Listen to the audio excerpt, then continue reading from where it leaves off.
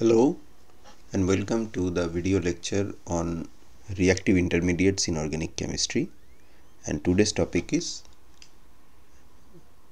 the free radicals or carbon centered free radicals to be precise. এর আগে আমরা carbocation এবং কার্বনায়নদের দেখেছি।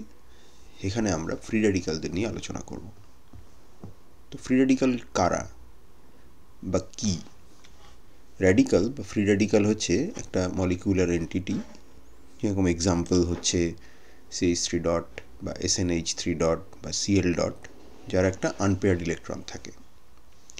এই যে ফর্মুলাগুলোতে এই ডটটা লেখা হয়েছে, এটা একটা আনপেয়ার্ড ইলেকট্রনকে সিম্বলাইজ করে, এবং পার্টিকুলারলি সেই অ্যাটমটার ওপরে আমাকে এই ডটটা লিখতে হয় যেখানে হাইয়েস্ট স্পিন ডেন্সিটি আছে।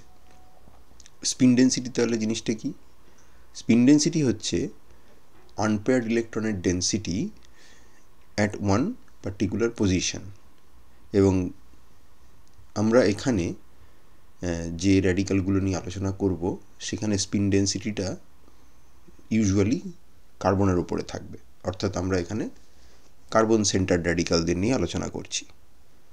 এটা এক্সপেরিমেন্টালি মাপা যায়, তার জন্য আমরা ইলেকট্রন প্যারাম্যাগনেটিক রেজোনেন্স বা ইলেকট্রন স্পিন রেজোনেন্স স্পেকট্রোস্কোপি ব্যবহার করি। সেইটা এখানে আলোচনা করার স্কোপ আমাদের নেই, সেটা আমরা অন্য ফিজিক্যাল কেমিস্ট্রির কোর্সে দেখব।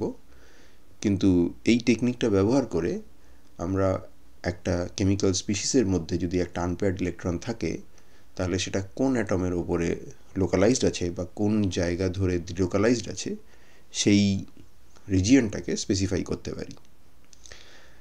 যে সেন্টারের ওপরে এই স্পিন ডেন্সিটি সবচেয়ে বেশি থাকে বা আনপেয়ার্ড ইলেকট্রনটা থাকে, একটা পলিঅ্যাটমিক র্যাডিক্যালের মধ্যে যে সেন্টারের ওপরে এই র্যাডিক্যাল ডেন্সিটিটা সবচেয়ে বেশি থাকে, তাকে আমরা বলে থাকি র্যাডিক্যাল সেন্টার। এবং এই র্যাডিক্যাল সেন্টারের ওপরে আমরা নানা রকমের গ্রুপস অ্যাড করতে পারি, নানা রকমের সাবস্টিটিউয়েন্টস থাকতে পারে, এবং তার স্টেবিলিটি বা ইত্যাদি আমাদের এখানে আলোচনার বিষয়।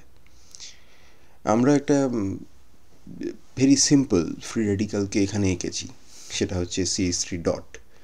এই CH3 ডটকে আমরা যদি একটু হাত পা ছড়িয়ে আঁকি, অর্থাৎ ইলাবোরেট করে আঁকি, তাহলে জিনিসটা এরকম দেখতে হবে। এখানে কার্বনের উপরে আমরা ডটটা এঁকেছি। So this is the position of highest spin density, also known as the radical centres. এই ডটটা হচ্ছে আমার আনপেয়ার্ড ইলেকট্রন।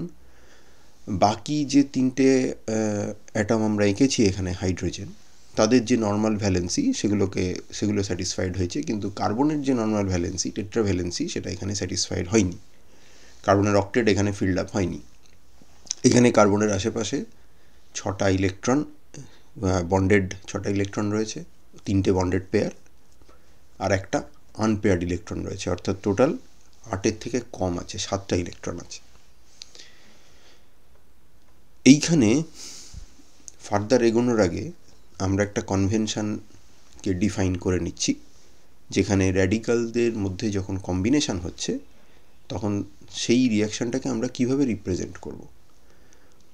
যেমন যদি মিথাইল র্যাডিক্যালের সাথে একটা ক্লোরিন র্যাডিক্যালের কম্বিনেশান হয়, ক্লোরিন একটা সিঙ্গেল অ্যাটম, এটা পলিঅ্যাটমিক রেডিক্যাল নয়, এটা একটা মোনোঅ্যাটমিক রেডিক্যাল, এবং ক্লোরিনের ওপরে আশেপাশে 7টা ইলেকট্রন আছে। So this is a chlorine radical. এই CH3 ডট আর ক্লোরিন ডট এই দুটো নিজেদের মধ্যে যখন কম্বিনেশান করবে তখন একটা নতুন কার্বন ক্লোরিন বন্ড তৈরি হবে। এই যে কম্বিনেশান, এটাতে CH3 ফ্র্যাগমেন্ট একটা ইলেকট্রন দিচ্ছে, তার আনপেয়ার্ড ইলেকট্রনটা দিচ্ছে, ক্লোরিনও নিজের ভ্যালেন্স শেল থেকে একটা আনপেয়ার্ড ইলেকট্রন দিচ্ছে, এবং এখানে যে বন্ডটা তৈরি হচ্ছে সেটা তৈরি হওয়ার টেকনিকটা হচ্ছে হোমোজেনিক বন্ড ফর্মেশন। আমরা যদি উল্টো দিকটা ভাবি, অর্থাৎ CH3Cl এর কার্বন ক্লোরিন বন্ডটাকে ভেঙে যদি একটা ইলেকট্রনকে কার্বনের মাথায় এবং আরেকটা ইলেকট্রনকে ক্লোরিনের মাথায় চাপিয়ে দেওয়া হয়, তাহলে যে বন্ড ডিসোসিয়েশনটা হলো সেটা আমরা বলে থাকি হোমোলাইটিক বন্ড ডিসোসিয়েশন বা হোমোলাইটিক বন্ড ক্লিভেজ বা হোমোলাইসিস। এখানে আমরা যেহেতু তার উল্টো কাজটা করছি, তাই আমরা বলছি হোমোজেনিক বন্ড ফর্মেশন। এবং এই কম্বিনেশনের ফলে যে CH3Cl তৈরি হলো সেখানে কার্বনের ভ্যালেন্সি 4 হয়েছে এবং তার অক্টেট ফিল আপ হয়েছে, এবং ক্লোরিনেরও অক্টেট ফিল আপ হয়েছে। এখানে যে অ্যারোটা ব্যবহার করা হয়েছে সেটা আমরা নর্মালি যে কার্ভড অ্যারো ব্যবহার করি তার থেকে একটু আলাদা। এখানে আমরা একটা ফিশ হুক অ্যারো ইউজ করেছি, যার মাথায় ডাবল হেডেড অ্যারো নেই, সিঙ্গেল হেডেড টিপ রয়েছে। ডাবল হেডেড টিপ নেই, সিঙ্গেল হেডেড টিপ রয়েছে। যেহেতু এই নর্মাল অ্যারোটা যার মাথায় একটা ডবল হেডেড টিপ থাকে সেটা ডাবল ইলেকট্রন মুভমেন্ট বা ইলেকট্রন পেয়ারের মুভমেন্টকে ইউজ করতে ব্যবহার করা হয়, তাহলে সিঙ্গেল হেডেড টিপ যদি ব্যবহার করি, সেটা যেটাকে আমরা ফিশ হুক অ্যারো বলি বা হাফ অ্যারো টিপ থাকে তার মাথায়, সেটা একটা সিঙ্গেল ইলেকট্রনের মুভমেন্ট দেখাতে ব্যবহার করা হয়। তাহলে কার্বন একটা দিল, ক্লোরিন একটা দিল, দিয়ে আমার নতুন কার্বন ক্লোরিন বন্ড তৈরি হলো।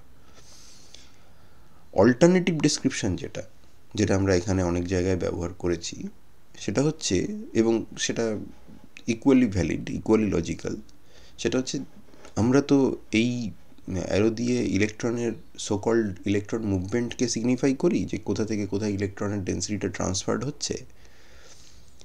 তো সিঙ্গেল ইলেকট্রন মুভমেন্টের ক্ষেত্রে দুটো সিঙ্গেল ইলেকট্রনের অ্যারো দেওয়ার দরকার নেই। সেক্ষেত্রে আমরা CH3 ডট থেকে অ্যারোটাকে নিয়ে গিয়ে ক্লোরিনের মাথার ওপর রাখতে পারি। অবভিয়াসলি ইট মিনস যে এখানে কার্বন একটা ইলেকট্রন দিচ্ছে এবং ক্লোরিনও আর একটা ইলেকট্রন দিচ্ছে, কারণ আমরা এখানে হাফ অ্যারো টিপ ইউজ করেছি। অর্থাৎ একটা ইলেকট্রনের মুভমেন্ট দেখালে বাকি ইলেকট্রন, যেটা আরেকটা যে অড ইলেকট্রন আছে, তার মুভমেন্টও কিন্তু ইমপ্লয়েড। সেটা আর আলাদা করে আমার দেখানোর দরকার নেই, কারণ এই অ্যারোটা দেওয়া মানেই এইখানে একটা হোমোজেনিক বন্ড ফর্মেশন হচ্ছে, হুইচ মিনস কার্বন একটা ইলেকট্রন দিচ্ছে এবং ক্লোরিনও আরেকটা ইলেকট্রন দিচ্ছে। অতএব এই অ্যারোটা না দেখালেও হয়তো চলে, এবং সেক্ষেত্রে আমরা CH3Cl বন্ড তৈরি করলাম। হোমোজেনিক বন্ড ফর্মেশন, যেখানে দুটো বন্ডিং পার্টনার নিজেরা একটা একটা করে ইলেকট্রন দেয়, সেটার সাথে আমাদের যে হেটারোজেনিক বন্ড ফর্মেশন তার তফাৎ আছে। হেটারোজেনিক বন্ড ফর্মেশনের ক্ষেত্রে নিউক্লিওফাইল এবং ইলেকট্রোফাইলের মধ্যে কম্বিনেশন হয়, সেখানে র্যাডিক্যাল কম্বিনেশন হয় না। ইলেকট্রোফাইল এবং নিউক্লিওফাইলের কম্বিনেশন, তাতে এক নিউক্লিওফাইল ইলেকট্রন পেয়ার দেবে এবং ইলেকট্রোফাইল ইলেকট্রন পেয়ার নেবে, এবং সেখানেও আমরা আরেকটা কার্বন ক্লোরিন বন্ড তৈরি ওপরেই ফোকাস করতে পারি, যেখানে একটা ক্লোরাইড আয়ন হচ্ছে নিউক্লিওফাইল এবং আমাদের একটা টারশিয়ারি বিউটাইল ক্যাটায়ন হচ্ছে ইলেকট্রোফাইল। সেক্ষেত্রেও একটা নতুন কার্বন ক্লোরিন বন্ড তৈরি হচ্ছে। ক্লোরিন তার ক্লোরাইড ফর্মে এসছে, তার অক্টেট আগেও ফিল আপ ছিল। কার্বোক্যাটায়নটা একটা ইলেকট্রোফাইল, তার অক্টেট ফিল আপ নেই, মাত্র 6টা ইলেকট্রন আছে তার আশেপাশে, এবং এখানে ইলেকট্রন ডেন্সিটি ট্রান্সফার্ড হচ্ছে ফ্রম ক্লোরিন টু কার্বন, এবং তাদের মাঝখানে একটা বন্ড তৈরি হচ্ছে। আবার উল্টোভাবে আমরা যদি টারশিয়ারি বিউটাইল অ্যানায়ন এবং ক্লোরিন মলিকিউলের মধ্যে রিয়াকশান দেখি, তাহলে ক্লোরিন মলিকিউলের এই লাল রঙের ক্লোরিন অ্যাটমটা হচ্ছে পজিটিভলি পোলারাইজড, নীল রঙের ক্লোরিন অ্যাটমটা হচ্ছে নেগেটিভলি পোলারাইজড। তাহলে এই লাল ক্লোরিনটা হচ্ছে ইলেকট্রোফাইল। অক্টেট ফিল আপ রয়েছে, কিন্তু মাথায় পার্শিয়াল পজিটিভ চার্জ আঁকতে পারা যায়, কারণ তার পাশে আমাদের একটা অ্যানায়ন এসছে, যে অ্যানায়নটাতে একটা নেগেটিভ চার্জ আছে। নেগেটিভ চার্জ থাকার ফলে এখানে ইলেকট্রোমেরিক, সো কল্ড ইলেকট্রোমেরিক এফেক্টের জন্য এই কার্বন ক্লোরিন বন্ডটা পোলারাইজ হয়েছে এমনভাবে যাতে নীল ক্লোরিনের ওপর ইলেকট্রন ডেন্সিটিটা খানিকটা শিফট করে গেছে, এবং তার ফলে নীল ক্লোরিনটা পার্শিয়ালি নেগেটিভ হয়েছে, লাল ক্লোরিনটা পার্শিয়ালি পজিটিভ হয়েছে। তো এই টারশিয়ারি বিউটাইল অ্যানায়নের থেকে ইলেকট্রন ডেন্সিটি ট্রান্সফার হয়ে লাল ক্লোরিনের মাথায় পড়লো, কার্বন ক্লোরিন বন্ড ভেঙে গেল এবং নতুন কার্বন ক্লোরিন বন্ড তৈরি হলো। একই কম্পাউন্ড তৈরি হচ্ছে টারশিয়ারি বিউটাইল ক্লোরাইড, কিন্তু দুটো ডিফারেন্ট রিঅ্যাক্ট্যান্ট কম্বিনেশন থেকে। তো এখানে আমরা যেহেতু হেটারোজেনিক বন্ড ফর্মেশন, তাই ডাবল হেডেড অ্যারো ব্যবহার করছি, এবং সেটা করতেও হবে। তো আমরা যদি বাকি যে দুটো রিঅ্যাক্টিভ ইন্টারমিডিয়েট পড়েছি তাদের রেসপেক্টে আমরা এই র্যাডিক্যালকে যদি সাজাই, তাহলে কার্বোক্যাটায়ন এবং কার্বনায়নের সঙ্গে ফ্রি র্যাডিক্যালের যে কন্ট্রাস্ট, সেটা আমরা খুব চট করে বুঝতে পারব। Number of electrons around carbon atom for a carbocation হচ্ছে 6টা, ফর আ কার্বনায়ন হচ্ছে 8টা, হোয়ারাস ফ্রি র্যাডিক্যাল হচ্ছে 7টা। Number of electrons around the carbon, 3টে বন্ড পেয়ার অর্থাৎ 6টা বন্ডেড ইলেকট্রন আর একটা unpaired electron. Electronic nature, carbocation undoubtedly electrophilic, তার এক্সাম্পলস আমরা দেখেছি। কার্বন আয়ন্স, তার এক্সাম্পল দেখেছি যে তারা নিউক্লিওফিলিক। আর ফ্রি রেডিক্যাল এটা ইলেকট্রোফিলিকও হতে পারে, আবার নিউক্লিওফিলিকও হতে পারে, depending upon the nature of the substituents present, that is R এর নেচারের ওপর বেস করে এটার আইদার নিউক্লিওফিলিক কিংবা ইলেকট্রোফিলিক একটা কিছু হবে। সেগুলো স্পেসিফাই না করলে, আর এর নেচারটা না বলে দিলে আমাদের পক্ষে বলা সম্ভব না। এবার র্যাডিক্যালদের হিস্ট্রি অনেক পুরনো, আজ থেকে প্রায় 125 বছর আগে মোজেস গমবার্গের যে কাজ, সেইখান থেকেই র্যাডিক্যালের জেনেসিস বলে মোটামুটি ধরা হয়। যদিও র্যাডিক্যালের প্রপোজাল হয়তো তার আগে এসছিল, কিন্তু গমবার্গই প্রথম র্যাডিক্যাল থাকতে পারে বা র্যাডিক্যালরা রিয়াকশানের ইন্টারমিডিয়েট হিসেবে আসতে পারে,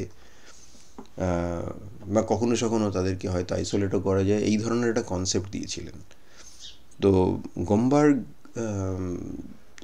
কাজ করছিলেন, মেনলি বানাতে চাইছিলেন এই ধরনের একটা কম্পাউন্ড হেক্সাফিনাইল ইথেন, কারণ তার আগে তিনি টেট্রাফিনাইল মিথেন অল্প ইল্ডে বানাতে পেরেছিলেন। তো নেক্সট টার্গেট ছিল এই ধরনের একটা ভেরি বাল্কি একটা ইথেন ডেরিভেটিভ বানানোর। এটা কেউ বানাতে পারছিলেন না, এবং তার জন্য তিনি একটা উডজ লাইক কাপলিং ব্যবহার করেন, যেটা ইউজ করেন প্রিকারসার হিসেবে। সেটা হচ্ছে ট্রিটাইল ক্লোরাইড, অর্থাৎ ট্রাইফিনাইল মিথাইল ক্লোরাইড, এবং তার সাথে সিলভার ইন বেনজিন দিয়ে। এটা অ্যাকচুয়ালি সোডিয়াম দিয়ে করা হয় উডজ কাপলিংটা, কিন্তু সোডিয়াম দিয়ে এখানে হচ্ছিল না রিয়াকশানটা, বা প্রোডাক্টটা ডিকম্পোজ করে যাচ্ছিল। তো সিলভার দিয়ে রিয়াকশান করেন, এবং তার ফলে এক্সপেক্ট করেছিলেন যে এই ধরনের একটা হেক্সাফিনাইল মিথেন তৈরি হবে এই কার্বন কার্বন কাপলিংয়ের মাধ্যমে। কারণ উডজ কাপলিংয়ে আরসিএল তার সঙ্গে আরেকটা আরসিএল মিশিয়ে যদি সোডিয়াম দেওয়া হয়, তাহলে সেখানে আমরা এখন জানি যে সেখানে ইনসিটু আরএনএ তৈরি হয়, এবং আরএনএ তৈরি হওয়ার পর রিয়াকশান মিডিয়ামে ওই আরএনএটা আরেকটা আরসিএলের সঙ্গে রিয়াকশান করে আর তৈরি করে, অর্থাৎ অ্যালকেন তৈরি করে। তো ওনার সেইরকমই একটা প্ল্যান ছিল যে সিলভার দিয়ে হয়তো এটা হয়ে যেতে পারে, এবং রিয়াকশানটা উনি এয়ারের অ্যাবসেন্সে করছিলেন। তার কারণ দেখেছিলেন যে যদি এই এয়ারটাইট বা ভ্যাকুয়ামে রিয়াকশান না করা হয়, বা নাইট্রোজেন পার্জ করে যদি রিয়াকশান না করা হয়, যদি ইনার্ট অ্যাটমসফিয়ারে রিয়াকশান না করা হয়, তাহলে প্রোডাক্ট আইসোলেট করা যাচ্ছে না, বা যেটা আইসোলেট করছেন সেটা অবভিয়াসলি সেটা অ্যালকেন নয়, সেটা অন্য কিছু। তো তিনি করলেন, করার পর যেটা দেখলেন, ওনার এক্সপেকটেশন ছিল এইটা তৈরি হবে। তো উনি একটা হোয়াইট সলিড পেলেন, এবং এই হোয়াইট সলিডটা এক্সেপশনালি রিঅ্যাক্টিভ ছিল। এটাকে যদি এয়ারে এক্সপোজ করা হয়, তাহলে দেখা যাচ্ছে যে এটা সঙ্গে সঙ্গে রিয়াকশান করে ফেলছে, এবং হ্যালোজেন ইত্যাদি এদের সাথেও তার হাইলি রিঅ্যাক্টিভিটি রয়েছে। এবং এই যে highly reactive nature of the so called hexaphenyl ethane, this white solid, এটা গমবার্গকে প্রম্পট করলো প্রপোজ করতে যে এখানে বুঝি ট্রাইফিনাইল মিথাইল র্যাডিক্যাল বা ট্রিটাইল র্যাডিক্যাল তৈরি হয়েছে। এবং এই ট্রিটাইল র্যাডিক্যালরা এখন আমরা জানি যে তারা একটু রিলেটিভলি স্টেবল র্যাডিক্যাল, যাদেরকে আমরা পারসিস্টেন্ট র্যাডিক্যাল বলি, অর্থাৎ তাদের রিয়াকশান করার টেন্ডেন্সি রিলেটিভলি কম। এবং গমবার্গের প্রপোজাল ছিল যে এই ট্রিটাইল র্যাডিক্যালরা রিয়াকশান মিডিয়ামে নিজেদের মধ্যে একটা ডাইমেরিক ফর্মে এক্সিস্ট করতে পারে, যেটা হচ্ছে হেক্সাফিনাইল ইথেন। এবং তার মানে এখানে একটা ডাইনামিক ইকুইলিব্রিয়াম আছে, যার একদিকে ট্রিটাইল র্যাডিক্যাল রয়েছে দুটো, আর একদিকে তার ডাইমারটা রয়েছে। ওনার প্রপোজাল ছিল যে এই যে হোয়াইট সলিডটা, এই হোয়াইট সলিডটার মধ্যে এই ইকুইলিব্রিয়ামটা আছে। এবং তখন ইনফ্যাক্ট এই প্রপোজালটাকে এস্টাবলিশড অর্গ্যানিক কেমিস্ট্রি মহল খুব ভালোভাবে এটা নেয়নি। তার কারণ তাদের তখন মানে ট্রাইভ্যালেন্ট কার্বন সম্বন্ধে অলরেডি ডাউটস ছিল, এবং ন্যাচারালি সো, তার কারণ ট্রাইভ্যালেন্ট কার্বনকে সেরকমভাবে নেচারে তো দেখা যায় না। সেই জন্য গমবার্গের প্রপোজাল খুব যে ওয়েল অ্যাকসেপ্টেড হয়েছিল তা নয়। এবং গমবার্গের যে ধারণা ছিল যে বুঝি ডাইমারটা বুঝি এই রকম, কিন্তু উনি কিন্তু ডাইমারদের অন্য স্ট্রাকচারও সব প্রপোজ করেছিলেন। সেটাও পরে দেখা গেছে বহু বছর পর যে সেই ধারণাটা ঠিক নয়। এটা ঠিক যে ট্রিটাইল ক্লোরাইডের মধ্যে silver in benzene in absence of air দিলে ট্রিটাইল র্যাডিক্যাল তৈরি হয়, কিন্তু তারা যখন ডাইমেরাইজ করে তখন এই জিনিসটা তৈরি হয় না, কারণ এটা স্টেরিক্যালি ভেরি ভেরি ডিস্টেবিলাইজড, ভেরি হিন্ডার্ড। সব তিনটে ফিনাইল এবং একটা কার্বনের উপর তিনটে ফিনাইল, তার পাশের কার্বনের উপরেও তিনটে phenyl, it is kind of হিন্ডার্ড। সেই জন্য যখন এখানে এই হোমোজেনিক বন্ড ফর্মেশনটা হবে বা র্যাডিক্যাল কাপলিংটা হবে, তখন ইনস্টেড অফ এই কার্বনের সাথে এই কার্বনের কাপলিং না করে এই কার্বনের সাথে এই তিনটে ফিনাইলের যে কোনো একটা ফিনাইলের প্যারা পজিশনের কার্বনটার কাপলিং হবে, এবং তার ফলে আমরা একটা ডাইমার পাবো যার মলিকিউলার ওয়েট প্রপোজড হেক্সাফিনাইল ইথেনের মলিকিউলার ওয়েটের সঙ্গে সেম, বাট স্ট্রাকচারটা আলাদা, কারণ সেখানে কাপলিংটা হয়েছে এই র্যাডিক্যাল সেন্টারের সাথে এই প্যারা কার্বনের, এবং সেক্ষেত্রে এই সিস্টেমের অ্যারোম্যাটিসিটি নষ্ট হয়ে যাবে। এটাকে অ্যালাউ করবে তার কারণ অল্টারনেটিভ ডাইমার যেটা, সেখানে স্টেরিক ক্রাউডিং অত্যন্ত বেশি আছে। অ্যারোম্যাটিসিটি তিনটে 6টা রিংয়েরই আছে, কিন্তু স্টেরিক ক্রাউডিং এত বেশি আছে পাশাপাশি দুটো কার্বনের ওপরে এতগুলো ফিনাইল রিং থাকার ফলে, যে সেটা তৈরি হবে না।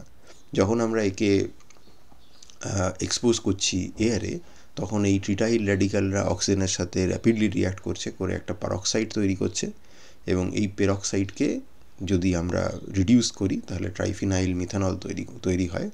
এবং এটাও ইনফ্যাক্ট গম্বার্গ দেখিয়ে গিয়েছিলেন যে তার এই যে এক্সপেরিমেন্ট, সেখান থেকে আমরা ট্রাইফিনাইল মিথানল পেতে পারি যদি এই হোয়াইট পাউডারটাকে অক্সিজেনের সঙ্গে এক্সপোজ করা হয়, এবং তারপরে প্রোডাক্ট যে পারক্সাইড হচ্ছে সেটাকে রিডাকশান করা হয়। তো এই সব কিছু মিলিয়ে এইটাকে আমরা বলতে পারি একটা watershed moment in the history of radical chemistry. 1900 সালে প্রথম এই র্যাডিক্যালের কনসেপ্টটা বেশ পাকাপোক্তভাবে অর্গ্যানিক কেমিস্ট্রিতে চেপে বসলো, এবং তারপর থেকে র্যাডিক্যাল কেমিস্ট্রির জয়যাত্রা চলছে। তো র্যাডিক্যালরা দেখতে কীরকম? র্যাডিক্যালদের অনেক রকমের দেখতে হতে পারে। যদি আমরা এই ধরনের সিস্টেম নিই তাহলে বোঝাই যাচ্ছে এটা শেপ হচ্ছে পিরামিডাল, তাহলে এই কার্বনটা sp3 হাইব্রিডাইজড, যে লোন ইলেকট্রনটা আছে সেটাকে একটা sp3 হাইব্রিড অরবিটালই রেখেছে। আবার সে ট্রাইগোনাল প্ল্যানারও হতে পারে, sp2 হাইব্রিডাইজড এবং লোন ইলেকট্রনটাকে p অরবিটালে রেখেছে। এটা অবভিয়াসলি কার্বন আয়নের মতো দেখতে, এটা অবভিয়াসলি কার্বোক্যাটায়নের মতো দেখতে। এবং আমরা জানি যে র্যাডিক্যালরা halfway between carbocation and carbanion, কারণ তার একটা ইলেকট্রন, তার 7টা ইলেকট্রন আছে, একটা আনপেয়ার্ড ইলেকট্রন আছে। হোয়াইলাস কার্বোক্যাটায়নের আশেপাশে, কার্বনের আশেপাশে 6টা ইলেকট্রন থাকে, আর কার্বনের আশেপাশে 8টা ইলেকট্রন থাকে। তাহলে এই দুরকম শেপই আমরা এক্সপেক্ট করতে পারি, কারণ কখনো সে কার্বোক্যাটায়নের মতো দেখতে, কখনো সে কার্বন আয়নের মতো দেখতে, কোনো র্যাডিক্যাল লাইক কার্বোক্যাটায়ন, কোনো র্যাডিক্যাল লাইক কার্বন আয়ন।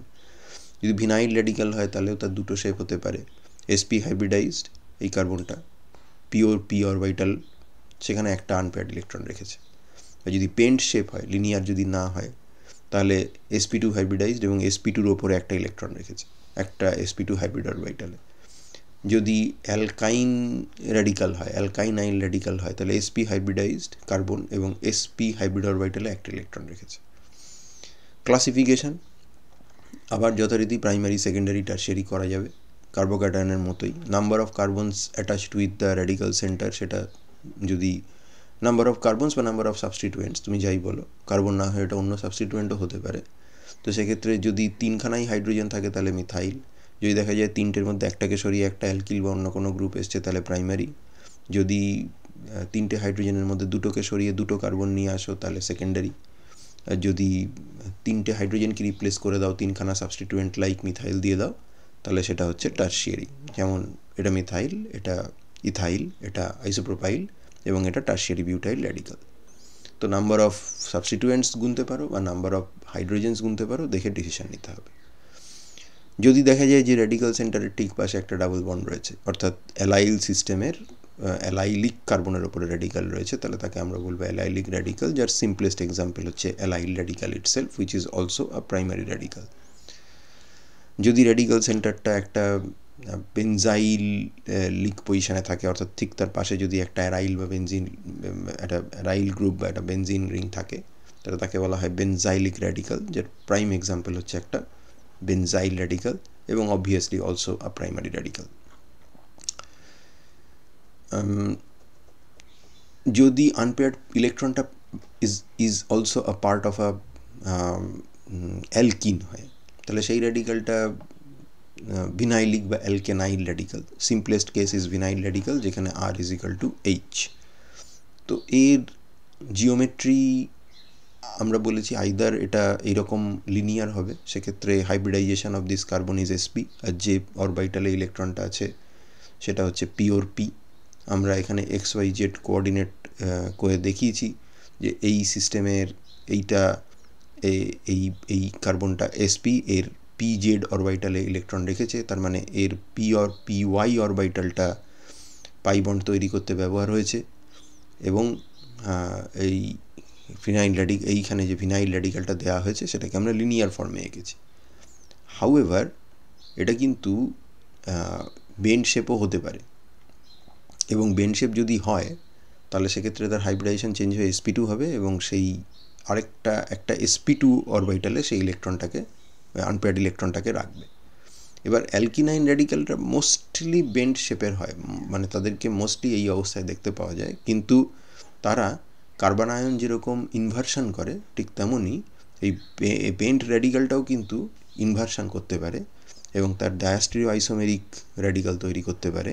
এটা এই ইনভার্সনের মাঝপথে একটা হাই এনার্জি লিনিয়ার র্যাডিক্যাল থাকে, যেখানে আমাদের এই হাইব্রিডাইজেশনটা, এইখানটায় একটা ভুল আছে, এটা এসপি হবে, এটা এসপিপি হাইব্রিডাইজেশনের থ্রু দিয়ে যায়, অর্থাৎ এটা sp2 হাইব্রিডাইজেশন থেকে প্রথমে sp-তে যায় এবং তারপর আবার sp2-তে যায়। এটা ট্রাইঅ্যালকিল অ্যামিনের যেরকম ইনভার্সন হয়, যেটা আমরা কার্বন আয়নের ক্ষেত্রে ইনভার্সন দেখেছি, এটা ছাতা উল্টে যাওয়ার মতো ইলেকট্রন ডেন্সিটি কার্বনের একটা দিক থেকে আরেকটা দিকে ট্রান্সফার হয়ে আসে, এটা একদমই সেই রকমই ব্যাপার আর কি।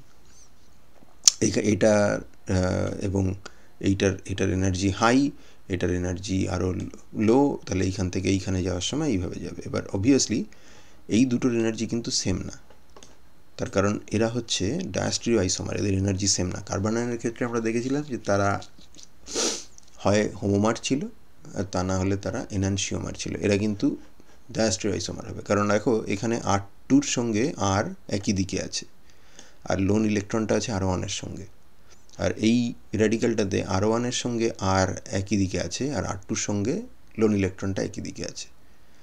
তো R2-র সঙ্গে আর যখন একই দিকে আছে, তার মানে এখানটায় স্টেরিক ক্রাউডিং আছে, আর এখানে R1 আর এর মধ্যে স্টেরিক ক্রাউডিং আছে, তাহলে এই দুটোর মধ্যে কোনটার এনার্জি লোয়ার হবে সেটা নির্ভর করছে R2 আর R1-এর সাইজ কত তার ওপরে। যদি R2-র সাইজ ছোট হয় তাহলে এইটা মোর স্টেবল, যদি R1-এর সাইজ ছোট হয় তাহলে এইটা মোর স্টেবল হবে। কিন্তু এটা ঠিক যে লিনিয়ার দুটোর তুলনায় এইটার এনার্জি একটু বেশি হবে, এবং সেক্ষেত্রে এই এনার্জি গ্যাপটা অতিক্রম করে একটা থেকে আরেকটায় যেতে হবে। যদি আমরা ভিনাইল র্যাডিক্যাল নিই, যদি ফিনাইল বা অ্যারাইল র্যাডিক্যাল নিই, সেক্ষেত্রে carbon sp2 hybridised by default, এবং তার একটা sp2 হাইব্রিড অরবিটালে লোন ইলেকট্রনটা আছে, এবং সেই লোন ইলেকট্রনের সঙ্গে পাই নেটওয়ার্ক হচ্ছে অর্থোগোনাল, এবং তাদের মধ্যে নিজেদের কোনো ডিলোকালাইজেশন বা ওভারল্যাপ ইত্যাদি কিছু আমরা এক্সপেক্ট করতে পারি না, যেটা আমরা বারবার কার্বোক্যাটায়ন, কার্বন আয়ন সব ক্ষেত্রেই দেখেছি। এবার স্ট্রাকচার অ্যান্ড স্টেবিলিটি। স্ট্রাকচার স্টেবিলিটির মধ্যে আমরা যে হোমোলাইটিক বন্ড ক্লিভেজের জন্য যে বন্ড ডিসোসিয়েশন এনার্জিকে ডিফাইন করেছি, যেটাকে আমরা PDE বা D দিয়ে এক্সপ্রেস করি, এবং যেটাকে বলা হয় গ্যাস ফেজে একটা বন্ড যখন হোমোলাইটিক্যালি ক্লিভ করে তার জন্য যে এনার্জি চেঞ্জটা হয়, এটা এন্ডোথার্মিক প্রসেস। সেই এনার্জি চেঞ্জটাকে আমরা বলি, ওই ডেল্টা এইচ ভ্যালুটাকে আমরা বলে থাকি bond dissociation energy of that particular bond. যেমন মিথেনের যদি একটা CH বন্ডকে ভাঙো এবং সেখান থেকে একটা CH3 ডট আর H ডট, একটা হাইড্রোজেনের একটা মিথাইল র্যাডিক্যালকে তৈরি করো, তাহলে তার এনার্জি চেঞ্জটা হচ্ছে 105 কিলো ক্যালোরি পার মোল, এবং তার bond dissociation energy of the CH bond is 105 kilo calorie per mole. এটা ইনটুইটিভলি বলা যায় যে বন্ড ডিসোসিয়েশন এনার্জি দেওয়ার ফলে বন্ডটা ভেঙে গিয়ে যে র্যাডিক্যাল দুটো তৈরি হবে, সেই র্যাডিক্যালগুলো যত স্টেবল হবে তত বন্ড ডিসোসিয়েশন এনার্জি কম হওয়ার কথা, তার মানে এনার্জি কম লাগবে। র্যাডিক্যালগুলো যত স্টেবল হবে তত ওই বন্ডটাকে ভাঙা রিলেটিভলি ইজি হবে। এটার অ্যাকচুয়ালি দুটো অ্যাসপেক্ট আছে। বন্ড ডিসোসিয়েশন এনার্জি দুটো কারণে কম হতে পারে। একটা হচ্ছে যদি আমরা কোনো উইক বন্ড ভাঙি তাহলে তার জন্য বন্ড ডিসোসিয়েশন এনার্জি কম লাগার কথা, কারণ বন্ডটা ইনহেরেন্টলি উইক, যে কোনো কারণেই হোক weak, steric repulsions between the two bonding partners অথবা inter electronic coulombic repulsion between the two bonding partners, যে কোনো কারণেই হোক। আর আরেকটা কারণ হতে পারে যে যেটাকে ভাঙছি সেখান থেকে যে র্যাডিক্যালটা তৈরি হচ্ছে বা র্যাডিক্যালগুলো তৈরি হচ্ছে সেই র্যাডিক্যালগুলো স্টেবল, রিলেটিভলি স্টেবল। তো আমরা এখানে যেহেতু কার্বন সেন্টার ফ্রি র্যাডিক্যাল দেখছি, আমরা আমাদের করেসপন্ডিং যে র্যাডিক্যালটা তৈরি হবে তার প্রিকারসার অ্যালকেন্সগুলোকে দেখছি। যেমন আমরা যদি ধরো CH3 র্যাডিক্যাল তৈরি করতে চাই, মিথাইল র্যাডিক্যাল, তাহলে আমরা ভাবতে পারি যে মিথেনের CH বন্ডের বন্ড ডিসোসিয়েশন এনার্জিটাকে আমরা কনসিডার করব এবং সেটাকে কম্পেয়ার করব with the CH bond dissociation energy of ethane, যেখান থেকে ইথাইল র্যাডিক্যাল তৈরি হবে, the CH bond dissociation energy of propane, যেখানে আমরা C2-র সাথে হাইড্রোজেনের বন্ড ডিসোসিয়েশন এনার্জিটাকে কম্পেয়ার করছি এবং সেক্ষেত্রে আমরা আইসোপ্রোপাইল র্যাডিক্যাল তৈরি করছি। টারশিয়ারি বিউটাইল র্যাডিক্যাল তৈরি করতে গেলে আমাদেরকে 2-মিথাইল প্রোপেনের CH বন্ড ডিসোসিয়েশন এনার্জি ভাবতে হবে এবং সেক্ষেত্রে আমরা এগেন C2-র সাথে হাইড্রোজেনের বন্ড ডিসোসিয়েশন এনার্জির কথা ভাবছি। এবং এখানে প্রত্যেকটি ক্ষেত্রে একটা করে অ্যালকিল র্যাডিক্যাল তৈরি হচ্ছে আর একটা করে হাইড্রোজেন র্যাডিক্যাল তৈরি হচ্ছে। হাইড্রোজেন র্যাডিক্যালটা যেহেতু সব ক্ষেত্রে কমন রয়েছে, তাই আমরা এই বন্ড ডিসোসিয়েশন এনার্জিগুলোকে অ্যাপ্রক্সিমেট গাইড হিসেবে ব্যবহার করতে পারি, যেটা আমাদেরকে বলে দেবে যে এই র্যাডিক্যালগুলো রিলেটিভ স্টেবিলিটি কীরকম।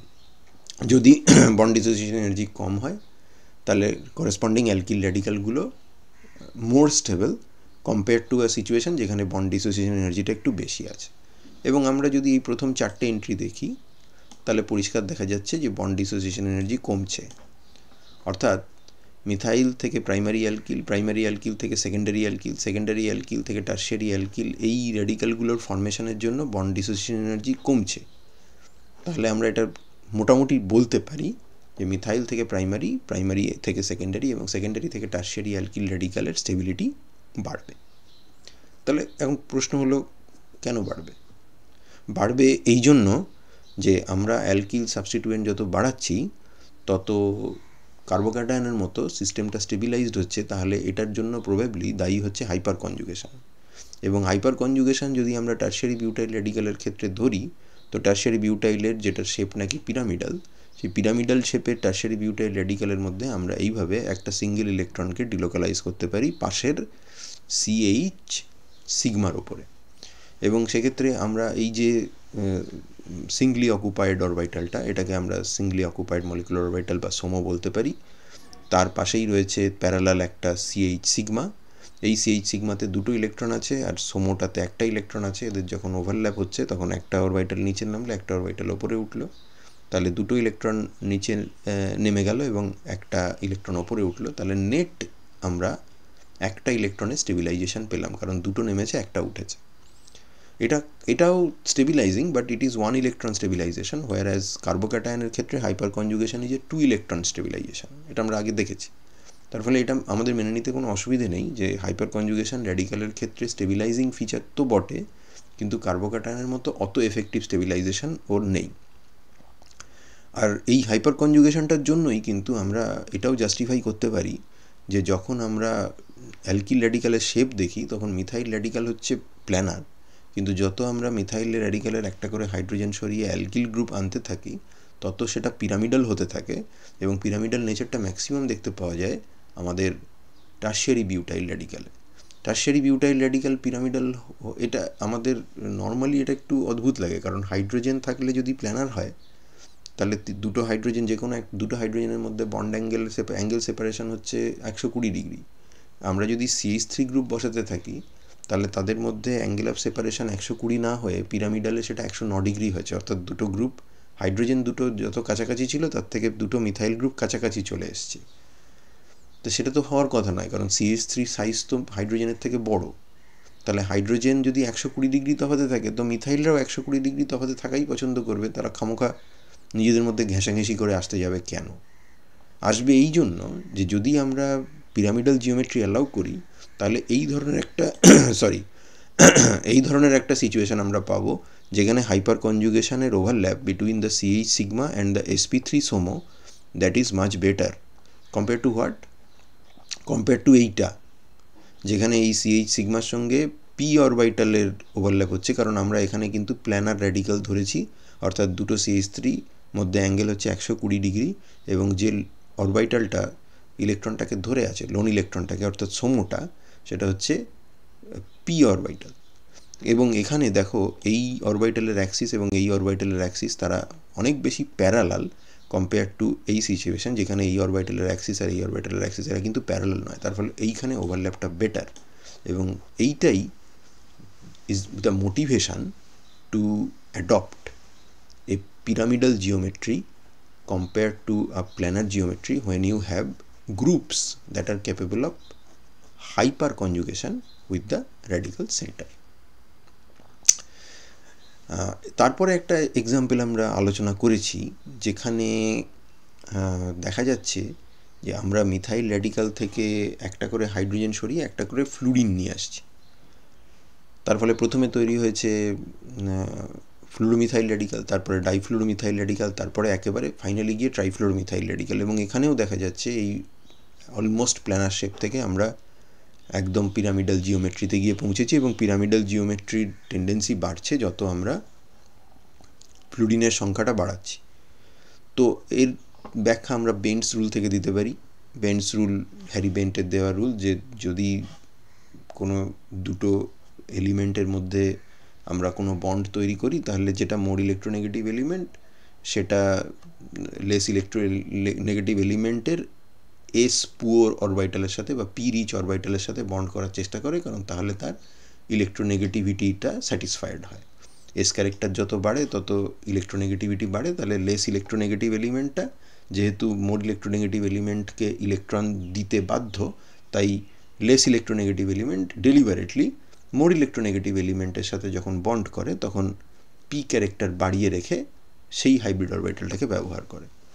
তাহলে হাইড্রোজেনের থেকে ফ্লুরিন তো অনেক বেশি ইলেকট্রোনেগেটিভ, কার্বনের থেকে অনেক বেশি ইলেকট্রোনেগেটিভ, তাই যখনই ফ্লুরিন আসছে তখনই পি ক্যারেক্টার, এই কার্বন আর ফ্লুরিন বন্ডের পি ক্যারেক্টার বাড়ছে। পি ক্যারেক্টার যদি বাড়ে আমরা জানি বন্ড অ্যাঙ্গেল কমবে এবং সেক্ষেত্রে এই যে সিএইচ এদের মধ্যে যে বন্ড অ্যাঙ্গেল 120 ডিগ্রি ছিল সেই বন্ড অ্যাঙ্গেলটা CF/CH বা CF/CF এর মধ্যে বন্ড অ্যাঙ্গেলটা আরও কমতে থাকবে। এটা গেল একটা পয়েন্ট। সেকেন্ড পয়েন্ট হচ্ছে যে যদি প্ল্যানার ফর্ম হয় ট্রাইফ্লুরোমিথাইলের, তাহলে ফ্লুরিনের উপরে তো সাইজ ছোট অনেকগুলো লোন পেয়ার আছে, এই সিঙ্গেল র্যাডিক্যালটার সাথে তার যে অ্যাঙ্গুলার সেপারেশন সেটাতে 90 ডিগ্রিতে এদের মধ্যে অনেকটা প্রবলেম হবে, ইলেকট্রনিক কুলম্বিক রিপালশন হবে।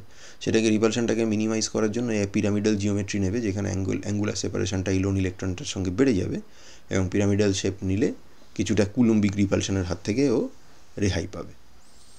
এটা গেল শেপ। আর স্টেবিলিটির ব্যাপারটা আরও কিউরিয়াস, কারণ স্টেবিলিটি হচ্ছে দেখা যাচ্ছে যে এদের মধ্যে মনোফ্লুরোমিথাইল র্যাডিক্যাল যেটা বা ফ্লুরোমিথাইল র্যাডিক্যাল সেটা স্টেবিলিটি সব থেকে কম, অ্যাপ্রক্সিমেটলি সেম স্টেবিলিটি হচ্ছে ডাইফ্লুরোমিথাইলের, কিন্তু যদি আমাকে অর্ডার লিখতে দেয় তো সেক্ষেত্রে আমার এইটাকে একটু বড় করে লিখতে হবে।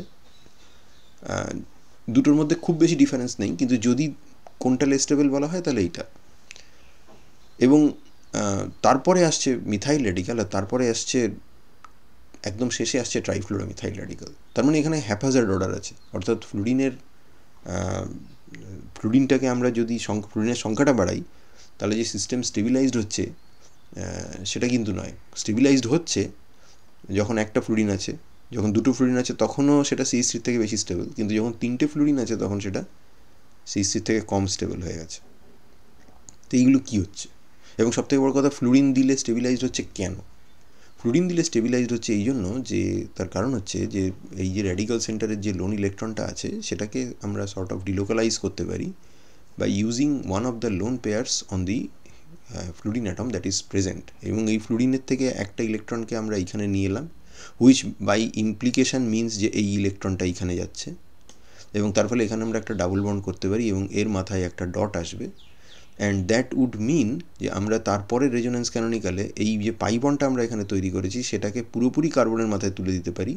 তুলে দিলে কার্বনের মাথায় 6টা ইলেকট্রন বন্ড পেয়ার আর একটা লোন পেয়ার, তার মানে ফরমাল নেগেটিভ চার্জ আসবে, আর এই হ্যালোজেনটা, এই এক্সটা, এটার মাথায় প্লাস চার্জ আসবে।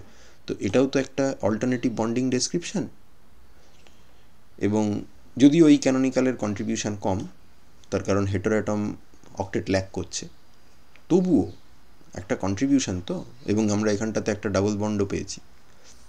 তাহলে যত আমরা এই এক্সটার সংখ্যাটা বাড়াবো তাহলে এই ধরনের কনজুগেশন বাড়বে, তার ফলে সিস্টেম রেজোনেন্স স্টেবিলাইজড হবে। এবং এটা তাহলে যদি ফ্লুরিনের জন্য সত্যি হয় তাহলে NME2-র জন্যও সত্যি হবে, কারণ নাইট্রোজেনের মাথায় লোন পেয়ার আছে। NH2-র জন্যও সত্যি হবে, NHCH3-র জন্যও সত্যি হবে, OI এর জন্যও সত্যি হবে, OH-এর জন্যও সত্যি হবে।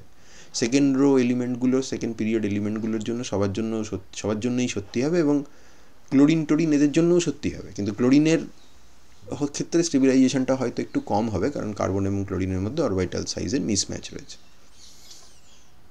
এবং এটা দেখা যাক আমাদের এই টেবিলে এই ধরনের কোনো ডেটা আছে কি না। দেখো আছে, হ্যাঁ, CH3H, সেটার বন্ড ডিসোসিয়েশন এনার্জি হচ্ছে 105, রেডিকাল হচ্ছে CH3 ডট। এখানে দেখো OH CH2H, OH CH2 dot, তার মানে কার্বনের পাশেই হেটেরোঅ্যাটম আছে with lone pair. Bond dissociation energy 105 থেকে ঝপ করে নেমে হয়ে গেছে 96। যদি আমরা OH না রেখে OCH3 রাখতাম তাহলে সেটা মাত্র 95। তার মানে এই ধরনের ইলেকট্রন পেয়ারওয়ালা হেটেরোঅ্যাটম যদি রাখো কার্বনের পাশে, তাহলে র্যাডিক্যাল স্টেবিলাইজড হচ্ছে, বন্ড ডিসোসিয়েশন এনার্জি কমছে। তো এবার নেক্সট কোশ্চেন অবভিয়াসলি যে তাহলে যদি একটা করে ফ্লুরিন বেশি হাইড্রোজেন সরিয়ে যদি ফ্লুরিন নিয়ে আসি, যদি স্টেবিলাইজড হয়, তাহলে CH3 থেকে CH2F মোর স্টেবল, CH2F থেকে CHF2 মোর স্টেবল হওয়ার কথা। ফাইনালি CF3-তে স্টেবিলিটি নিশ্চয়ই সবচেয়ে বেশি হওয়ার কথা, অথচ CF3 dot trifluoromethyl radical even CH3 র্যাডিক্যালের থেকেও লেস স্টেবল। তাহলে তার কারণ কি? তার মানে কোনো প্যাটার্ন তো ফলো করছে না। এর কারণটা হচ্ছে ডিটেলড অ্যানালিসিস তো আমরা এখানে করতে পারবো না, এবং ডিটেলড অ্যানালিসিস খুব ওয়েল ডিফাইন্ডও নয়। একটা বলে যে সিম্পলিস্টিক অ্যানালিসিস বলে যে এই যে CF বন্ডগুলো এসছে না, এখানে এদের নিজেদের মধ্যে, এরা তো স্ট্রং ডাইপোল, তার ফলে এদের নিজেদের মধ্যে একটা ডাইপোলার রিপালশন হয়। এবং এই ফ্লুরিনগুলোর ওপরে যেহেতু 3খানা করে লোন পেয়ার আছে এবং সাইজ ছোট, তাই যত তুমি নাম্বার অফ ফ্লুরিন অ্যাটমস বাড়াতে থাকবে, তাই নিজেদের মধ্যে একটা ইন্টার ইলেকট্রনিক রিপালশন বা কুলুম্বিক রিপালশন হতে থাকে, যেটা ডিস্টেবিলাইজিং ইন নেচার। এবং 3খানা ফ্লুরিনের যে এই ধরনের রেজোনেন্স স্টেবিলাইজেশন, সেটা আলটিমেটলি যখন 3টে ফ্লুরিন অ্যাটম আছে তখন ওই স্টেবিলাইজিং ইনফ্লুয়েন্সের থেকে ডিস্টেবিলাইজিং ইনফ্লুয়েন্সটা বেশি হয়ে যায় এবং স্টেবিলাইজেশনটাকে ওভাররাইড করে। এবং ওভাররাইড করার ফলে আমাদের ওভারঅল র্যাডিক্যালটা ডিস্টেবিলাইজড হয়ে যায়। খুব ওয়েল ডিফাইন্ড পিকচার দেওয়া গেল না, I am sorry, but this is the best we can do at least at this point. আচ্ছা, এবার হচ্ছে যদি আমরা তো দেখলাম তার মানে প্লাস আর এফেক্ট দেখাতে পারে, এইগুলো সব প্লাস আর এফেক্ট দেখানো গ্রুপ, তাই না? এই NCH3 হ্যান এইগুলো সব প্লাস আর এফেক্ট দেখানো গ্রুপ। তো যদি ইলেকট্রন ডোনার না রেখে তুমি ইলেকট্রন অ্যাকসেপ্টার রাখো তাহলেও স্টেবিলাইজড হয়। যেমন আমরা যদি এখানটায় একটা লো এনার্জি পাইস্টার এরকম গ্রুপ আছে, এরকম কোনো গ্রুপ রাখি, যেমন ধরো নাইট্রো কিংবা কার্বনিল কিংবা সায়ানো, তখনও স্টেবিলাইজড হয়। তো এবং তার জন্য সেই ওই একই রেজোনেন্স দেয়, অর্থাৎ আগেরটায় প্লাস আর এফেক্ট কাজ করছিল, এখানে মাইনাস আর এফেক্ট কাজ করবে। আলটিমেটলি ঘুরে ফিরে তোমার এই ডটটা ডিলোকালাইজড হয়ে যাবে।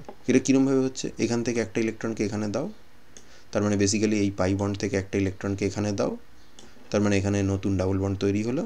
আর যেখান থেকে যে বন্ডটাকে ভেঙে একটা ইলেকট্রনকে দিয়েছো, আর একটা ইলেকট্রনকে এর মাথায় তুলে দাও, তার মানে C ডট ছিল এখন হয়ে গেছে O ডট।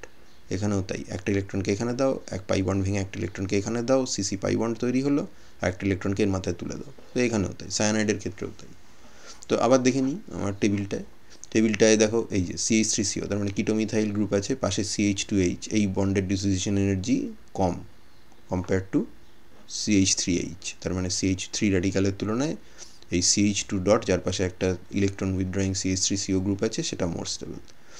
তারপরে ধরো মিথাইল সায়ানাইড, সেটাকে যদি আমরা CH বন্ড ডিসোসিয়েশন এনার্জি দেখি তাহলে সেটাও কম compare to methyl H bond, তার মানে হচ্ছে এগেন মিথাইল র্যাডিক্যালের তুলনায় এই CH2 ডট, যার পাশে একটা ইলেকট্রন উইথড্রয়িং সায়ানো আছে, সেটাও মোর স্টেবল। তো ইলেকট্রন উইথড্রয়িং দিয়েও স্টেবিলাইজড হচ্ছে, ইলেকট্রন ডোনেটিং দিয়েও স্টেবিলাইজড হচ্ছে। এই কী ধরনের ব্যাপার? এটা এক্সপেক্টেড। তার কারণ হচ্ছে কার্বোক্যাটায়ন এবং কার্বন আয়নের মাঝে বসে আছে রেডিকাল। কার্বোক্যাটায়নরা ইলেকট্রন ডোনেটিং গ্রুপ দিয়ে স্টেবিলাইজড হয়, আর কার্বন আয়নরা ইলেকট্রন উইথড্রয়িং গ্রুপ দিয়ে স্টেবিলাইজড হয়। সো ইট ইজ এক্সপেক্টেড যে রেডিকালদের তারা কার্বোক্যাটায়নের মতো ইলেকট্রন উইথড্রয়িং দিয়ে ইলেকট্রন রিলিজিং দিয়েও স্টেবিলাইজড হবে, আবার কার্বন আয়নের মতো ইলেকট্রন উইথড্রয়িং দিয়েও স্টেবিলাইজড হবে। এবং এটা একটা স্পেশাল ফিচার দিতে পারে। যদি একটা র্যাডিক্যাল সেন্টারের ওপরে আমরা যদি ইলেকট্রন ডোনেটিং এবং ইলেকট্রন উইথড্রয়িং দুরকম গ্রুপই বসিয়ে রাখি, তাহলে একটা ইলেকট্রন ডোনেটিং গ্রুপের প্লাস আর এফেক্ট আর ইলেকট্রন উইথড্রয়িং গ্রুপের মাইনাস আর এফেক্ট দুটোই মিলে র্যাডিক্যালটাকে অস্বাভাবিক স্টেবিলাইজ করতে পারে, এবং এই র্যাডিক্যালগুলোকে বলে ক্যাপ্টোডেটিভ র্যাডিক্যাল। ক্যাপ্টোডেটিভ শব্দটার দুটো শব্দ থেকে এসছে, একটা হচ্ছে ক্যাপ্টো হুইচ ইজ মিনস ক্যাপ্টর, আর একটা হচ্ছে ডেটিভ হুইচ মিনস ডোনার। ক্যাপ্টর মানে হচ্ছে ইলেকট্রন ডেন্সিটি ক্যাপচার করে, যে অবভিয়াসলি ইলেকট্রন ডেন্সিটি টেনে নেয়, যে অর্থাৎ ইলেকট্রন উইথড্রয়ার। আর ডেটিভ হচ্ছে ইলেকট্রন ডেন্সিটি ডোনার। তো এরা এক্সেপশনালি স্টেবল হয়। আমরা কতগুলো এক্সাম্পল দিয়েছি, যেমন এখানে এইটা নীল রং যেগুলো দেওয়া আছে সেগুলো হচ্ছে ইলেকট্রন ডোনার, আর লাল রঙগুলো হচ্ছে ইলেকট্রন অ্যাকসেপ্টার। তো এখানে NMe2+, যেটা মাথায় নাইট্রোজেনের মাথায় প্লাস আছে, তো অবভিয়াসলি এটা হচ্ছে ইলেকট্রন উইথড্রয়িং গ্রুপ, এটা ইলেকট্রন রিলিজিং। এখানে সায়ানো হচ্ছে electron withdrawing, NMe2 electron releasing. Ethyl electron NET electron releasing via this pi bond conjugation. CO2Me হচ্ছে ইলেকট্রন উইথড্রয়িং। এখানে COMe হচ্ছে ইলেকট্রন উইথড্রয়িং, আর NMe2 via this conjugation or direct communication with this carbon centre, এটা হচ্ছে electron releasing group. তো ক্যাপ্টোডেটিভ র্যাডিক্যালরা, যাদেরকে আমরা এইভাবে ডিনোট করতে পারি যে কার্বন সেন্টারের ওপর একটা ক্যাপ্টর এবং একটা ডোনার আছে, সেটা শুধু ক্যাপ্টর বা শুধু ডোনার থাকা মোনোসাবস্টিটিউটেড র্যাডিক্যালের থেকে অনেক বেশি স্টেবল হবে, এবং তার একটা রেজোনেন্স স্ট্রাকচারের ইলাস্ট্রেশন আমরা এখানে করেছি, যেখানে একটা সায়ানো এবং একটা NMe2 এই কার্বন সেন্টার র্যাডিক্যালটাকে স্টেবিলাইজ করছে। তুমি এক গাদা রেজোনেন্স ফর্ম আঁকতে পারো। এটা two dimethyl amino propane nitrile radical which is very stable. তো ক্যাপ্টোডেটিভ স্টেবিলাইজেশন এর আগে আমরা এইটা ক্যাপ্টোডেটিভ বলে দেখিনি, কিন্তু আমরা দেখেছিলাম যে নাইট্রোবেনজিন এবং অ্যানিলিনের যে ইন্ডিভিজুয়াল ডাইপোল মোমেন্ট, সেটা থেকে ক্যালকুলেশন করে আমরা 4-নাইট্রোঅ্যানিলিনের ডাইপোল মোমেন্ট যেটা বার করি, সেটা 4-নাইট্রোঅ্যানিলিনের অ্যাকচুয়াল ডাইপোল মোমেন্টের থেকে ছোট হয়। আমরা বলেছিলাম যে নাইট্রোর ইলেকট্রন উইথড্রয়িং ক্যাপাসিটি প্যারাপোজিশনে অ্যামিনো থাকলে বেড়ে যায়, এবং NH2 ইলেকট্রন ডোনেশন ক্যাপাসিটি প্যারাপোজিশনে নাইট্রো থাকলে বেড়ে যায়। অর্থাৎ একটার ইলেকট্রন উইথড্রয়িং ক্যাপাসিটি এবং আরেকটার ইলেকট্রন রিলিজিং ক্যাপাসিটি আরেকটাকে কমপ্লিমেন্ট করে এবং অগমেন্ট করে, এবং তার ফলে overall dipole moment calculated dipole মোমেন্টের তুলনায় বেশি হয়। তো সেই ঘটনাটার সাথে বা সেই কনসেপ্টের সাথে এই ক্যাপ্টোডেটিভ কনসেপ্টের কিন্তু বিরাট মিল রয়েছে, যে ইলেকট্রন রিলিজিং এবং ইলেকট্রন উইথড্রয়িং গ্রুপকে যদি প্রপারলি প্লেস করা হয়, যেখানে তারা একে অপরকে অগমেন্ট করতে পারে, তাহলে তারা মলিকিউলের যেরকম ডাইপোল মোমেন্ট ইত্যাদি প্রপার্টিগুলোকে এনহ্যান্স করে, ঠিক তেমনই তারা মলিকিউল বা এই রিঅ্যাক্টিভ ইন্টারমিডিয়েটগুলোকে স্টেবিলাইজও করতে পারে। যেটা আরেকটা দেখার, সেটা হচ্ছে অ্যালাইলিক এবং বেঞ্জাইলিক ফ্রি র্যাডিক্যাল, এবং এখানে তো রেজোনেন্স থাকবেই, এবং রেজোনেন্স থাকার ফলে সিস্টেম তো স্টেবিলাইজড হওয়ার কথা। তো দেখা যাক আমাদের বন্ড ডিসোসিয়েশন এনার্জির টেবিল কী বলছে। টলুইনের ক্ষেত্রে দেখো এই CH বন্ডটা যদি ডিসোসিয়েট করি, তাহলে এখানে PHCH2 ডট তৈরি হবে। দেখো সেটা বন্ড ডিসোসিয়েশন এনার্জি 88.5। অ্যালাইলের ক্ষেত্রে 88.2, এবং দুটোকেই তুমি কম্পেয়ার করো মিথেনের সাথে, তো মিথাইল র্যাডিক্যালের তুলনায় এরা অনেক বেশি স্টেবল হবে, এক্সপেক্টেড। হাউএভার আমাদের যে সেই গম্বার্গের যে সেই ট্রিটাইল র্যাডিক্যাল ছিল, আমরা এখন জানি যে ট্রিটাইল র্যাডিক্যাল 3খানা বেঞ্জিন রিং প্ল্যানার থাকে না। তার ফলে বেঞ্জিন রিং প্ল্যানার হলে তবে তো এই কার্বন র্যাডিক্যালটার সঙ্গে ভালো কনজুগেশন হবে, কিন্তু 3টে ফিনাইল রিংকে প্ল্যানার করে রাখা সম্ভব নয়, বিকজ যে কোনো একটা ফিনাইল রিংয়ের অর্থ হাইড্রোজেনের সাথে অন্য দুটো ফিনাইল রিংয়ের অর্থ হাইড্রোজেনগুলোর প্রবলেম হয়। তার ফলে তারা একটু একটু করে টুইস্টেড হয়ে থাকে, আউট অফ প্লেন হয়ে থাকে। এটা আমরা ট্রিটাইল ক্যাটায়নের ক্ষেত্রেও দেখেছি, নতুন কিছু নয়, এবং একটা অপটিমাইজ জিওমেট্রি অ্যাডপ্ট করে, যেখানে স্টেরিক ক্রাউডিংটাও মিনিমাইজড হয়েছে এবং ডিলোকালাইজেশনটাও সিগনিফিক্যান্ট অ্যামাউন্টে আছে। এছাড়া আমরা আরও কিছু র্যাডিক্যাল দেখি, যেমন ট্রিটাইল তার একটা এক্সাম্পল, যেটাকে আমরা বলছিলাম পারসিস্টেন্ট র্যাডিক্যাল। এরা থার্মোডাইনামিক্যালি হয়তো স্টেবল নয়, কিন্তু এদের রিয়াকশান করাটা খুব ডিফিকাল্ট। মেনলি স্টেরিক্যালি প্রোটেক্টেড, অর্থাৎ র্যাডিক্যাল সেন্টারে তো র্যাডিক্যাল তো সাধারণত থাকতে চায় না আরেকটা র্যাডিক্যালের সঙ্গে কম্বাইন করতে চায়, বা অন্য কোনো স্টেবল মলিকিউল থেকে আরেকটা অ্যাটমকে অ্যাবস্ট্রাক্ট করে নিজের যে অক্টেট নেই সেটাকেও মানে সর্ট অফ চাপা দিতে চায় আর কি, মানে অক্টেটটা ফিল আপ করতে চায়, স্টেবিলিটি অ্যাটেন্ড করতে চায়। কিন্তু র্যাডিক্যাল সেন্টারটা যদি এমন একটা মলিকুলের এমন একটা রিজিয়নে থাকে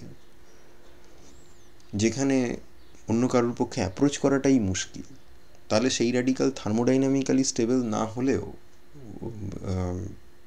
কাইনেটিক্যালি স্টেবল, অর্থাৎ ইনার্ট। এবং সেক্ষেত্রে মোস্টলি আমরা স্টেরিক ক্রাউডিংকে দায়ী করতে পারি। যেমন গমবার্গের ট্রাইফেনাইল মিথাইল, সেটা স্টেরিক্যালি প্রোটেক্টেড, এবং স্টেরিক্যালি প্রোটেক্টেড বলেই কিন্তু তার ডাইমার যখন তৈরি হয় তখন সে কার্বন কার্বন কম্বিনেশান, মানে দুটো র্যাডিক্যাল সেন্টারের মধ্যে কম্বিনেশান হয় না, একটার কার্বনের সাথে আরেকটার প্যারাপোজিশনের, একটা ফিনাইল রিংয়ের প্যারাপোজিশনের কাপলিংটা হয়। এখন রিলেটিভলি স্টেবল মানে কি? রিলেটিভলি স্টেবল মানে নর্মালি র্যাডিক্যালদের যা হাফ লাইফ মানে একটা যে কোনো ডেফিনিট কনসেন্ট্রেশন থেকে তার হাফ কনসেন্ট্রেশনে পৌঁছতে যতটা সময় লাগে, তো যে জিনিস যত বেশি স্টেবল তার হাফ লাইফ তত বেশি। তো নর্মালি র্যাডিক্যালদের হাফ লাইফ দেখো, দেখো CH3 ডট, সেটার র্যাডিক্যাল হচ্ছে সেইটার যে স্টেবিলাইজেশন, সেটা এক্সট্রা কোনো স্টেবিলাইজেশন নেই এর। 25 ডিগ্রি সেন্টিগ্রেডে এই কনসেন্ট্রেশনে 10⁻⁵ মোলার কনসেন্ট্রেশনে তার হাফ লাইফ হচ্ছে 20 মাইক্রোসেকেন্ড, মানে একে দেখাই মুশকিল আর কি। কিন্তু তুমি তার ওপরে 2খানা টারশিয়ারি বিউটাইল গ্রুপ চাপিয়ে দাও, সেটা ইমপ্রুভ করে 1 মিনিট হয়ে যাবে। 3খানা টারশিয়ারি বিউটাইল চাপিয়ে দাও, তার মানে এর স্টেবিলাইজেশন হচ্ছে 8.4 মিনিট।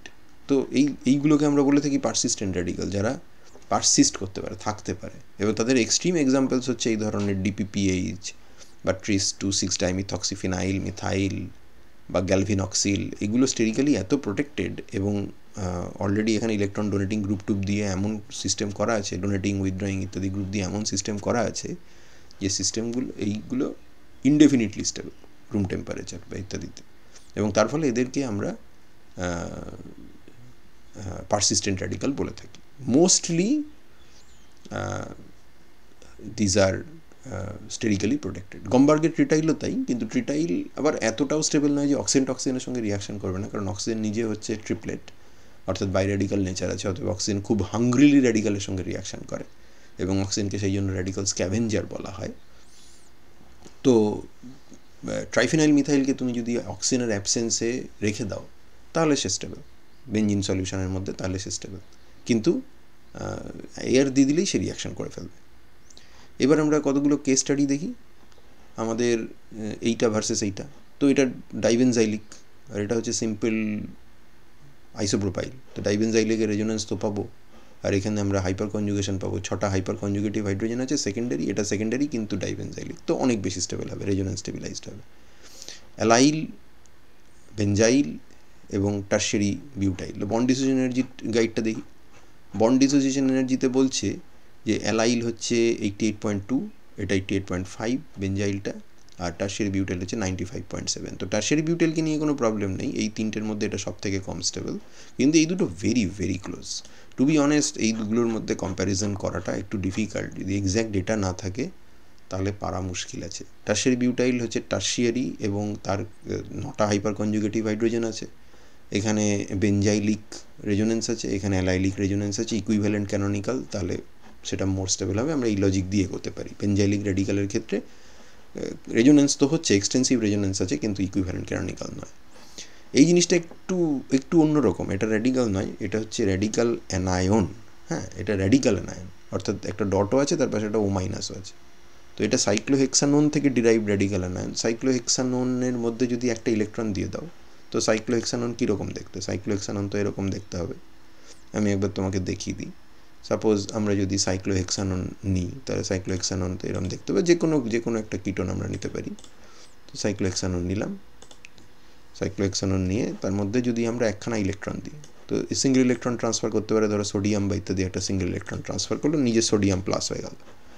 তাহলে সোডিয়াম এলো, সোডিয়াম এখান থেকে এসে সোডিয়াম নিজে একটা ইলেকট্রন ট্রান্সফার করে হয়ে গেল সোডিয়াম প্লাস। তো দিলাম, এখানে সোডিয়াম এসছে, সোডিয়াম একটা সিঙ্গেল ইলেকট্রন ট্রান্সফার করে হয়ে গেছে সোডিয়াম প্লাস।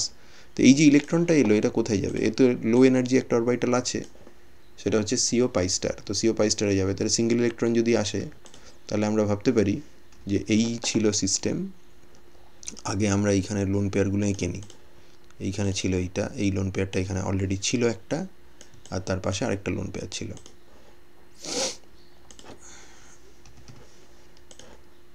এই ছিল তোমার লোন পেয়ার, দুটো লোন পেয়ার। এবার এখানে একটা ইলেকট্রন এসছে, তো দুটো লোন পেয়ার তো অলরেডি এখানে আগে থেকে ছিল, সে দুটো তো থাকবেই।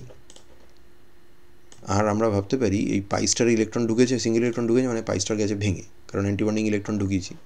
তার মানে আমরা এইখান থেকে একটা ইলেকট্রনকে এখানে তুলব।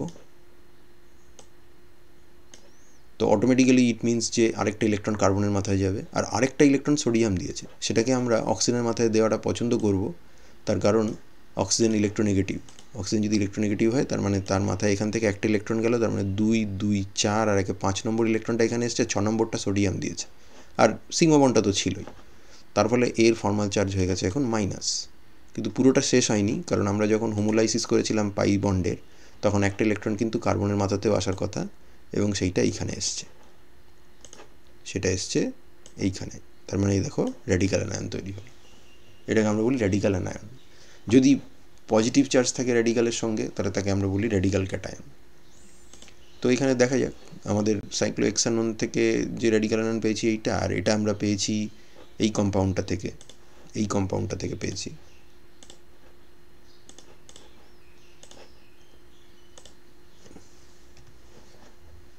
এই কম্পাউন্ডটার নাম হচ্ছে বেঞ্জোফেনন। বেঞ্জোফেননের উপরে ওই একই রকমভাবে যদি আমরা এসব কাণ্ডগুলো করি তাহলে বেঞ্জোফেনন থেকে র্যাডিক্যাল অ্যানায়ন তৈরি হবে। ওই একই জিনিস আমরা যদি করি তাহলে আমরা পেয়ে যাব, এই কম্পাউন্ডটা পেয়ে যাব, আমাদের কোনো অসুবিধা হবে না। সো আমাদের এইটা আমরা পেয়ে গেলাম। এখানে 1, এইখানে অক্সিজেন, এইখানে লোন পেয়ার, এইখানে মাইনাস চার্জ, এবং এইখানটায় ডট। তো এই হচ্ছে র্যাডিক্যাল অ্যানায়ন তৈরি করার টেকনিক। এবং এই যে একটা করে ইলেকট্রন ট্রান্সফার করছে সোডিয়াম, এটাকে বলা হয় single electron transfer technique, set. তো এই জিনিস হলো এখানে, এটা লেস স্টেবল দেন এইটা। তার কারণ আমি বুঝতেই পারছি যে এটা সিম্পল একটা টার্সিয়ারি র্যাডিক্যাল, যেখানে একটা অক্সিজেন আর দুটো কার্বন সাবস্টিটিউয়েন্ট আছে। আর সাইক্লোহেক্সাননের কোনো এই আলাদা করে এই র্যাডিক্যাল সেন্টারে কোনো রেজোনেন্স স্টেবিলাইজেশন তুমি দেখাতে পারছো না। হোয়ারাজ বেঞ্জোফেননের ক্ষেত্রে টার্সিয়ারি তো বটেই, একটা অক্সিজেন সাবস্টিটিউয়েন্ট আর দুটো ফিনাইল রিং, দুটো ফিনাইল রিং থাকার জন্য ডাবলি বেনজাইলিক, তো এক্সটেন্সিভ রেজোনেন্স হবে। আচ্ছা, ফোর্থ এক্সাম্পল এবং ফাইনাল এক্সাম্পল যেটা, সেটা হচ্ছে আমাদের টার্সিয়ারি বিউটাইল র্যাডিক্যাল ভার্সেস মানে একটা টার্সিয়ারি র্যাডিক্যাল যেখানে দুটো মিথাইল আর একটা সাইক্লোপ্রোপাইল গ্রুপ আছে। সাইক্লোপ্রোপাইল গ্রুপ হচ্ছে স্টেবিলাইজিং, কারণ তার হচ্ছে বেন্ট বন্ড আছে, ব্যানানা বন্ড আছে, যেটা দিয়ে সে কার্বোক্যাটায়নকে এবং র্যাডিক্যালকে স্টেবিলাইজ করতে পারে। এবং সেই স্টেবিলাইজেশনের রেজোনেন্স ডিসক্রিপশন আমরা এইভাবে দেখাতে পারি, যেখানে এইখান থেকে একটা ইলেকট্রন এখানে গেছে, তাহলে এই ইলেকট্রনটা এখানে এসছে, তাহলে এখানটায় ডাবল বন্ড তৈরি হয়েছে, আর এইখান থেকে একটা ইলেকট্রন গেছে এর মাথায়, তাহলে এখানটায় ডট হলো। তো এটা একটা রেজোনেন্স। এবং এখানে একটা হাইড্রোজেন থাকার জন্য সেটা হাইপার কনজুগেশনেও আসতে পারে। তার মানে টোটাল তোমার 3 3 6 একে 7টা হাইপার কনজুগেটিভ হাইড্রোজেন আছে টার্সিয়ারি, এখানে 9টা হাইপার কনজুগেটিভ হাইড্রোজেন আছে। তো 9টা হাইপার কনজুগেটিভ হাইড্রোজেন থাকলে সেটা মোর স্টেবল হওয়ার কথা, কিন্তু এখানে তুমি স্পেশাল স্টেবিলাইজেশন পাচ্ছ due to cyclopropyl, so that makes this thing even more stable then the tertiary butyl radical. So this much for this installment of this video lecture. I hope these things have been useful to you. Next ক্লাসে বা next video লেকচারে আমরা free radical কীভাবে তৈরি হয় এবং তারা কী রিয়াকশানে participate করে সেটা দেখব। Till then, good bye. I thank you for your patience and I will be seeing you in the next one.